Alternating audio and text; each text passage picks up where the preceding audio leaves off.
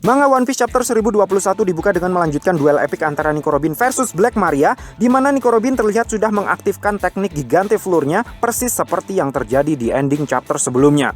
Di sini kita bisa melihat kalau rambut panjang si Nico Robin raksasa masih terikat rapi oleh ikat rambut berbentuk dasi kupu-kupu. Itu membuktikan kalau Nico Robin sebenarnya juga bisa mengkloning aksesoris yang dia kenakan, seperti baju misalnya, ketika menggunakan teknik Gigante Floor. Tapi kenapa di sini yang dia cloning hanya ikat rambutnya saja? Baik sangka saya berpikir kalau mungkin mengkloning pakaian akan menguras lebih banyak energi dibandingkan dengan mengkloning tubuhnya. Makanya Nico Robin hanya mengkloning ikat rambutnya saja agar rambut panjangnya tersebut tidak delewer kemana-mana dan menutupi pemandangan. Tapi sisi suuzon saya berpikir mungkin saja hal ini adalah bukti otentik akan betapa tingginya sisi mesum seorang Eiichiro Oda. Dan saya sangat berterima kasih sekali akan hal itu. Nah, melihat teknik yang Nico Robin gunakan, Black Maria berkomentar kalau teknik yang digunakan olehnya itu pastilah menguras banyak sekali energi. Nico Robin mengiyakan hal tersebut, tetapi dia tidak begitu mengkhawatirkannya karena pertarungan mereka akan segera dia akhiri. Nico Robin kemudian melancarkan serangan ke arah kaki Black Maria dengan menggunakan sebuah teknik yang disebut dengan Sea Serpent, di mana dia memanjangkan lengan-lengan raksasanya seperti segerombolan ular laut untuk mencengkeram kaki-kaki Black Maria. Namun dengan menggunakan pisau tajam yang tertanam di beberapa sisi ujung tongkatnya yang bulat, Black Maria berhasil melukai salah satu lengan raksasanya Nico Robin. Dari situlah kemudian Black Maria sadar kalau luka yang didapat oleh tubuh kloningannya Robin akan berdampak juga terhadap tubuh aslinya. Black Maria kemudian memutar-mutar tongkat saktinya agar secara random melukai lengan-lengan raksasa yang Nico Robin gunakan untuk mencengkeram kedelapan kaki laba-labanya. Black Maria kemudian menggunakan kuku kaki laba-labanya yang beracun untuk menyerang lengan raksasa Nico Robin. Menyadari akan betapa berbahayanya jika sampai racun tersebut mengenainya, Nico Robin akhirnya menarik kembali lengan-lengan raksasanya ke belakang. Namun Black Maria sama sekali tidak mau kasih kendor. Dengan menggunakan teknik yang berjudul Marionette, Black Maria menangkap lengan-lengan raksasa Nico Robin menggunakan jaring laba-labanya. Akibat tertangkap teknik yang namanya terdengar mirip seperti nama warnet tersebut, tubuh raksasa Nico Robin sudah tidak bisa berkutik lagi. Tangan-tangan raksasa Nico Robin berhasil Black Maria jerat dengan jaring laba-labanya. Kemudian setelah semua lengan raksasa Nico Robin tertangkap, Black Maria menggunakan teknik yang disebut dengan Oshizumaria untuk menelentangkan tubuh besar Nico Robin. Dengan teknik yang kali ini terdengar mirip seperti nama aktris film dewasa ini, Black Maria berhasil men-JAV-kan tubuh besar Nico Robin hingga membuat tubuh bagian atas Nico Robin yang besar, bukan Nico Robin yang kecil, menjadi benar-benar defenseless hingga terpaksa harus disensor. Black Maria kemudian memasang kembali keling yang dulu dipakai untuk menyiksa Sanji di tangannya, lalu mulai mengoploki tubuh besarnya Nico Robin menggunakan oiran knuckle-nya. Meskipun yang Black Maria hajar hanyalah tubuh kloningannya, tetapi tubuh asli Nico Robin terlihat juga merasakan dampak negatifnya. Tubuh Nico Robin yang asli mulai berdarah-darah, sehingga dia memutuskan untuk segera mengando Gigante Floor-nya agar luka yang dia dapatkan tidak menjadi lebih buruk lagi. Nico Robin lalu memunculkan kembali 4 lengan raksasa dari arah titik butanya Black Maria untuk menangkapnya dari belakang. Namun reaksi Black Maria sungguh begitu cekatan. Dengan sigap dia menggunakan teknik yang berjudul Maria Cake untuk menciptakan dinding jejaring laba-laba guna menghadang serangannya Nico Robin. Lalu tanpa basa-basi lagi, Black Maria menyuruh mulut di bawah perutnya untuk segera menyemburkan api guna membakar semua jaring laba-laba yang ada di dalam ruangan. Oleh karena jaring laba-labanya Black Maria adalah objek yang sangat flammable, dalam waktu singkat seisi ruangan pun langsung diselimuti kobaran api. Setelahnya, Black Maria kembali mengompori Nico Robin. Black Maria bilang, "Aku rasa kamu perlu mencoba untuk menumbuhkan sesuatu lagi di tempat ini. Aku ingin melihat apakah bunga masih akan bisa tumbuh di tengah lautan api."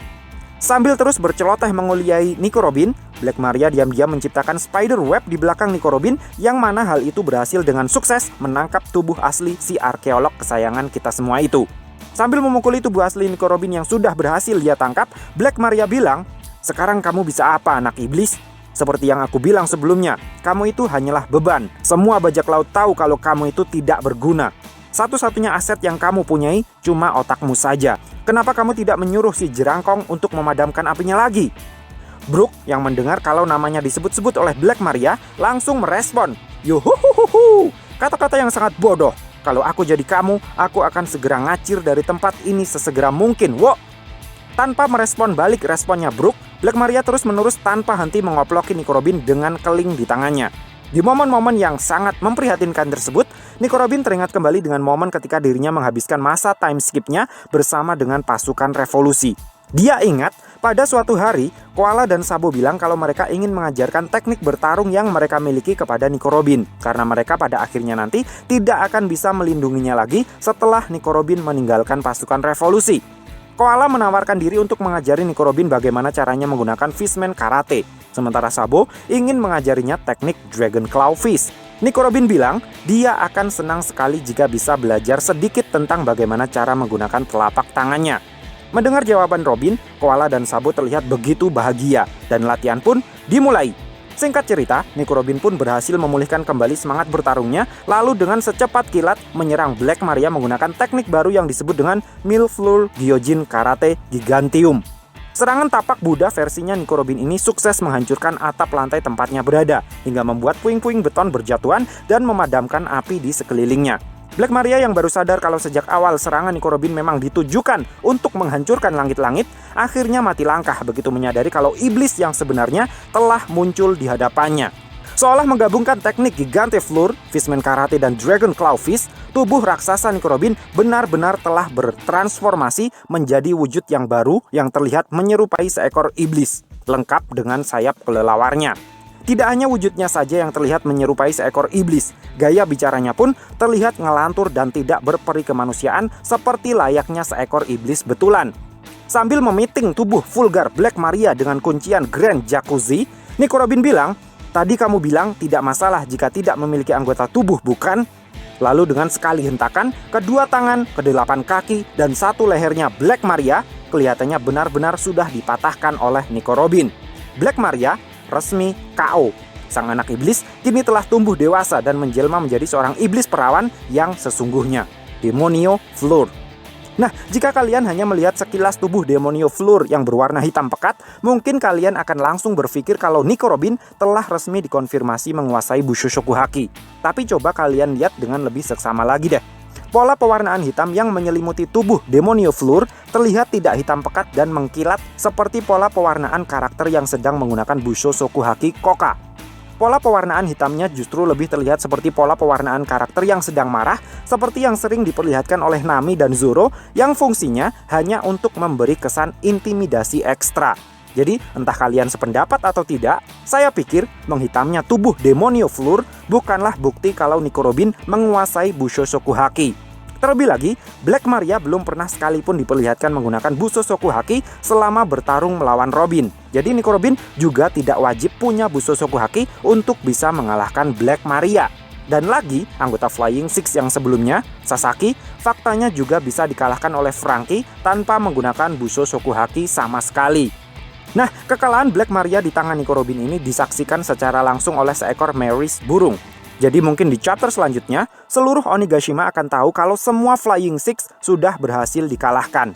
Masalahnya, di chapter ini, gambar Meris burung terlihat muncul setelah Nico Robin roboh kehabisan energi di depan Brook. Sehingga pesan yang saya tangkap justru bukan hanya akan tersiarnya kabar kalau semua Flying Six sudah kalah, tetapi juga tersiarnya kabar kalau Nico Robin sudah kehabisan energi. Kabar ini pasti akan secara real time sampai ke telinga para agen CP0 yang ada di Onigashima. Makanya saya curiga kalau setelah tahu Nico Robin kehabisan energi, para agen CP0 ini akan mulai bergerak untuk menangkapnya sebagai oleh-oleh dari Wano untuk pemerintah dunia. Kecurigaan saya ini muncul karena di awal tadi Black Maria juga sudah menyinggung-nyinggung tentang isi kepala Nico Robin yang konon katanya merupakan satu-satunya aset yang paling berharga yang dia miliki. Jadi menurut saya, mara bahaya masih belum akan menyingkir dari Nico Robin di Onigashima. Nah, selesai dengan pertarungannya Nico Robin versus Black Maria, adegan kemudian langsung berpindah ke pelabuhan Tokage untuk menyaksikan Luffy yang sedang makan dengan sangat rakus agar bisa dengan segera mengembalikan vitalitasnya.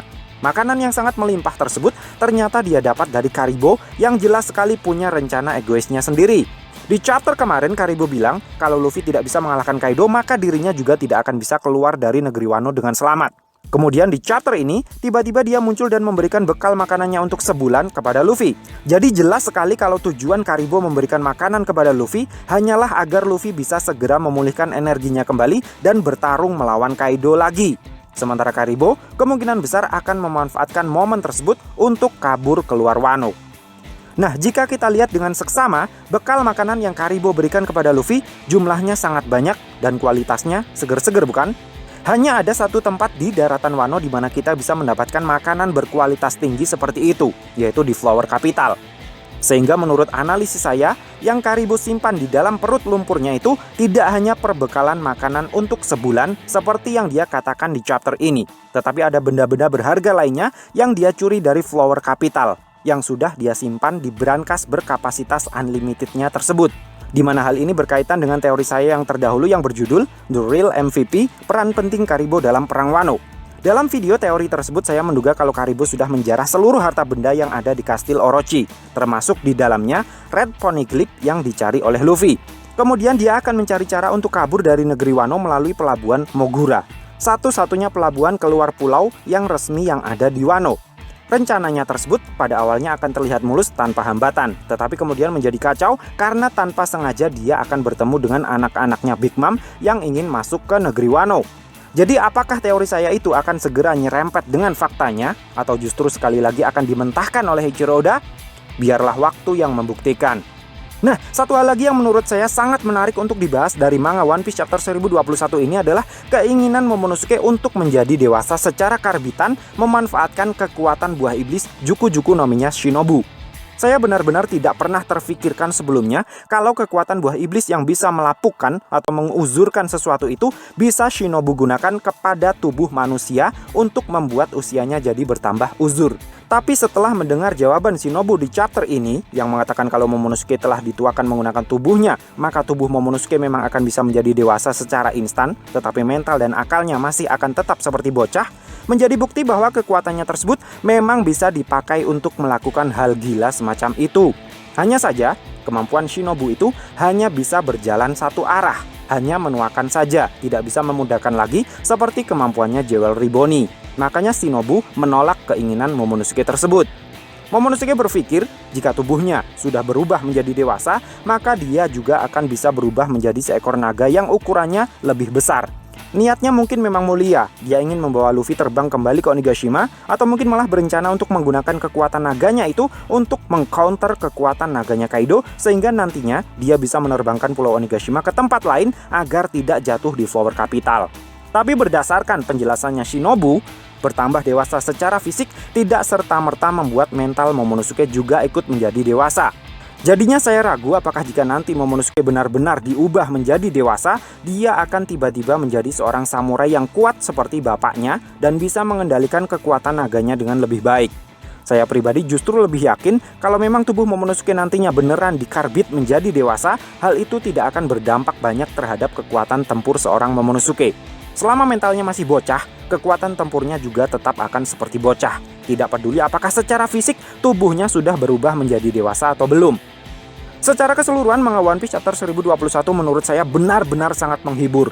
Dan oleh karena ada beberapa hal yang menurut saya sebelumnya mustahil akan terjadi di One Piece, tapi bau-baunya justru segera akan direalisasikan oleh Eiichiro Oda, saya pikir chapter ini layak untuk diberi rating 7 dari 5. So, piye menurutmu cah?